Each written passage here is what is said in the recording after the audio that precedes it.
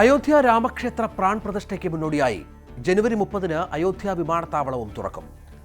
പ്രധാനമന്ത്രി നരേന്ദ്രമോദിയാണ് വിമാനത്താവളവും റെയിൽവേ സ്റ്റേഷനും രാജ്യത്തിന് സമർപ്പിക്കുക. വന്ദേ ഭാരതിന് ശേഷം ഇന്ത്യൻ റെയിൽവേ സാധാരണക്കാർക്കായി അവതരിപ്പിക്കുന്ന അമൃത് ഭാരത് അതിവേഗ സ്ലീപ്പർ ട്രെയിനുകളുടെ സർവീസ് ഉദ്ഘാടനവും പ്രധാനമന്ത്രി നിർവഹിക്കും. Ayodhya junction railway station Ayodhya രാമക്ഷേത്ര മാതൃകയിൽ നവീകരിച്ച് ഉദ്ഘാടനം ചെയ്യുമ്പോൾ അയോധ്യ ധാം എന്ന പുതിയ പേരിലായിരിക്കും അറിയപ്പെടുക. യാത്രക്കാർക്കായി അത്യാധുനിക സൗകര്യങ്ങളാണ് അയോധ്യ ധാം സ്റ്റേഷനിൽ ഒരുക്കിയിരിക്കുന്നത്. വിമാനത്താവള മാതൃകയിലാണ് സ്റ്റേഷനുള്ളത്. അയോധ്യ ജംഗ്ഷൻ സ്റ്റേഷന്റെ പേര് അയോധ്യ ധാം എന്നാക്കുമെങ്കിലും സ്റ്റേഷന്റെ കോഡിൽ മാറ്റം വരില്ല. AY എന്ന കോഡിൽ തന്നെയായിരിക്കും റിസർവേഷനും മറ്റു കാര്യങ്ങളും ചെയ്യേണ്ടത്. അതുകൊണ്ട് തന്നെ യാത്രക്കാർക്ക് ആശയക്കുഴപ്പമുണ്ടാകേണ്ട കാര്യമില്ലെന്ന് റെയിൽവേ അറിയിച്ചു. ഉത്തർപ്രദേശ് സർക്കാരിൻ്റെ ശുപാർശ പരിഗണിച്ചാണ് പേരുമാറ്റം. 2 വർഷം കൊണ്ടാണ് റെയിൽവേ സ്റ്റേഷൻ നവീകരണം പൂർത്തിയാക്കിയത്. Rail India technical and economic service എന്ന റൈറ്റ്സിനായിരുന്നു ചുമതല. റെയിൽ മന്ത്രാലയത്തിന് കീഴിലുള്ള പൊതുമേഖലാ സ്ഥാപനമാണ് റൈറ്റ്സ്. റെയിൽവേയുടെ വൻകിട നിർമ്മാണങ്ങൾ റൈറ്റ്സാണ് നടത്തുന്നത്.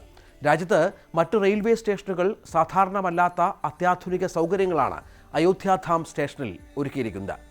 രാജ്യത്തെ റെയിൽവേ സ്റ്റേഷനുകളിൽ രാജ്യാന്തര നിലവാരത്തിൽ അമൃത് സ്റ്റേഷനുകളായി പുനർനിർമ്മിക്കുമ്പോൾ ഏർപ്പെടുത്തുമെന്ന് പറഞ്ഞ സൗകര്യങ്ങൾ അയോധ്യാധാമിൽ ഉണ്ടാകുമെന്ന് സാരം. 3 ഘട്ടങ്ങളിലായാണ് റെയിൽവേ സ്റ്റേഷൻ വികസനം പൂർത്തിയാക്കുക. ഉദ്ഘാടനത്തിന് മുന്നോടിയായി ആദ്യഘട്ടമാണ് പൂർത്തിയാക്കിയിരിക്കുന്നത്. ശിശു പരിചരണ കേന്ദ്രമാണ് സൗകര്യങ്ങളിൽ പ്രധാനപ്പെട്ടത്. കൊച്ചുകുട്ടികളുടെ ആരോഗ്യ പരിചരണത്തിന് മുഴുവൻ സമയ ഡോക്ടർമാരുടെ സേവനമടക്കം ഇവിടെ ഉറപ്പാക്കും.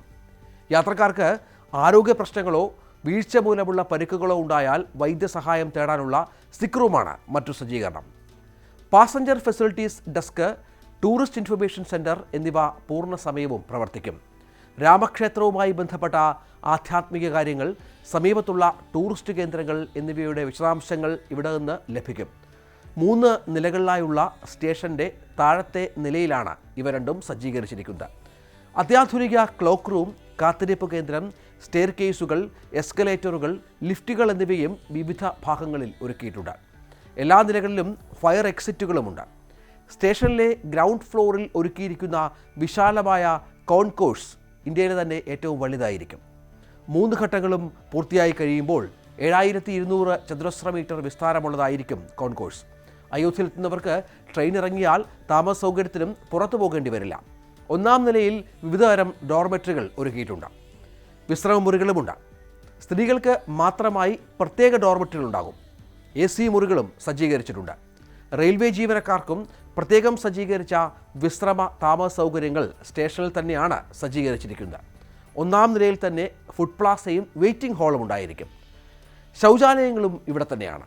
യാത്രക്കാർക്ക് ആവശ്യമായ സാധനങ്ങൾ വാങ്ങാൻ കിട്ടുന്ന ചെറിയൊരു ഷോപ്പിംഗ് സെൻറ്ററും ഇവിടെ ഉണ്ടാകും.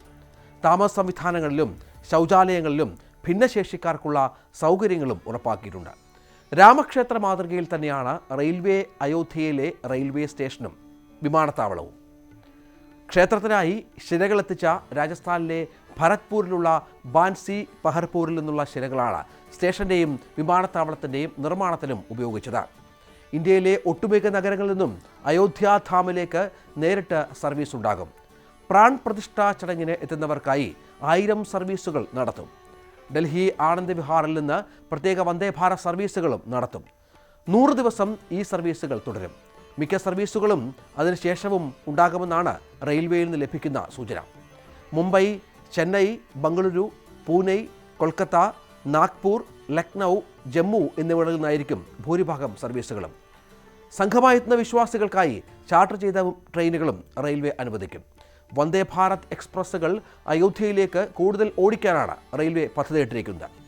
1000-ലേറെ ട്രെയിനുകളിലായി ദശലക്ഷക്കണക്കിന് വിശ്വാസികളായിരിക്കും അയോധ്യ റെയിൽവേ സ്റ്റേഷനിലെത്തുക. യാത്രക്കാർക്കുള്ള സൗകര്യങ്ങൾ ഒരുക്കാൻ റെയിൽവേ ജീവനക്കാർ കഴിഞ്ഞ കുറച്ച് ദിവസങ്ങളായി രാപ്പകൽ വിശ്രമമില്ലാത്ത പ്രവർത്തനങ്ങളിലാണ്.